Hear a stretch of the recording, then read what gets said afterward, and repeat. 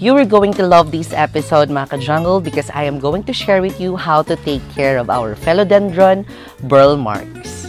Hello everyone! Hello mga ka-jungle! Welcome again to my YouTube channel and my Facebook page.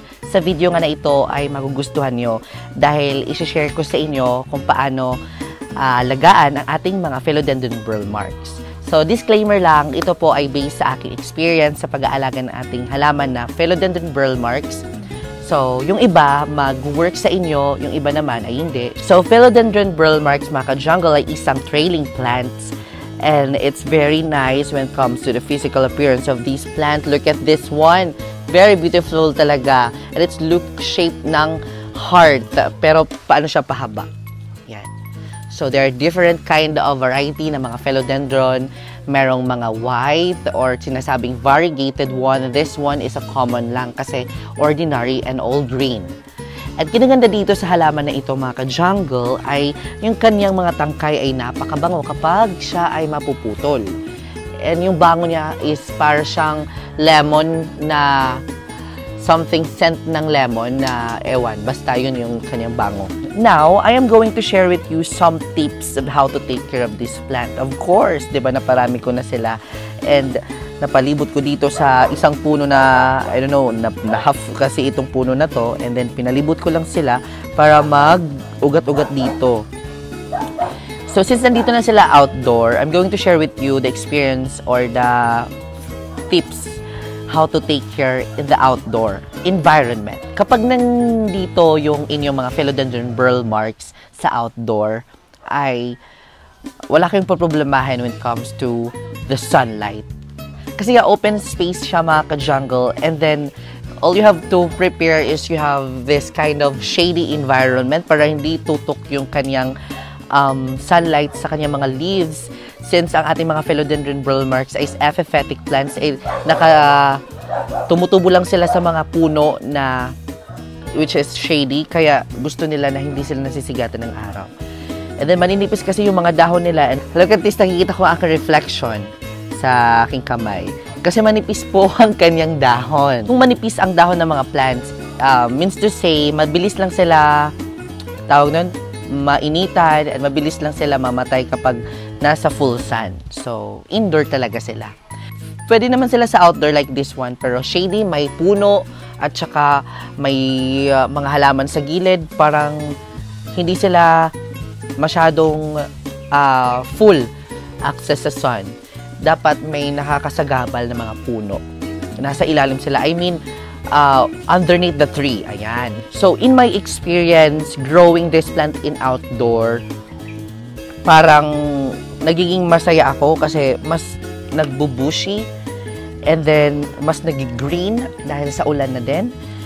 Kesa na nasa indoor, parang lupaypay yung mga halaman na aking mga philodendrons.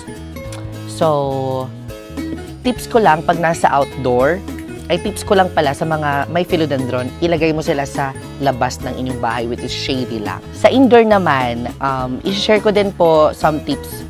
Kasi dati, meron ako nitong plants nasa indoor which is nasa terrace namin. Tapos pinasok po siya sa sala namin. Sa indoor naman, hindi po siya palagi dapat dinidiligan kasi hindi naman po siya access ng bright sunlight or what we say, indirect sunlight.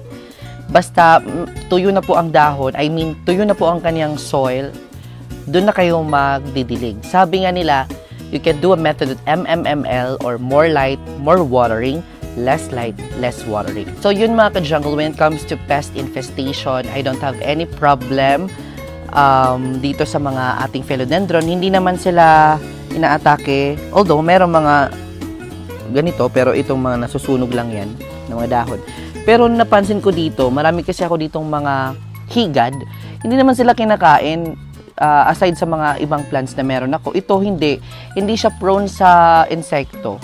Kaya naman okay na okay ako dito sa ating mga philodendron. Siguro sa amoy nila na parang scent ng lemon, it's very nice. Kaya ang tawag na umiiwas yung mga insekto. When it comes to investment, kung gusto nyo mag-invest sa mga ganitong halaman, pwedeng-pwede naman din po. Kasi itong philodendron, alam nyo, nung pandemic, during pandemic, yung mga plants ay nag-high yung kaniyang mga price. Itong philodendron na ito, ay yung presyo niya sa isang dahon, umaabot po siya ng 200 pesos.